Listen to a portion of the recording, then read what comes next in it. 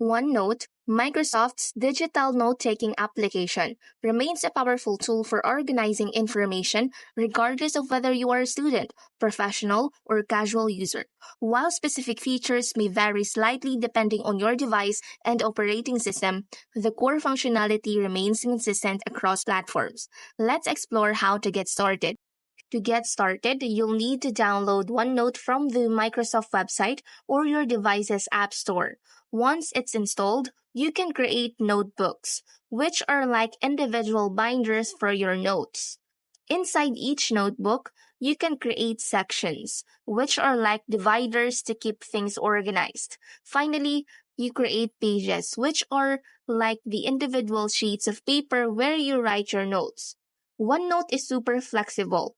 You can type notes, write with your finger or stylus, add pictures, record audio, and even clip web pages directly into your notes. It is like having a whole office in your pocket. OneNote also syncs across all your devices, so your notes are always up to date. You can even work offline, and OneNote will sync your changes when you're back online. This makes it perfect for students, professionals, and anyone who wants to stay organized.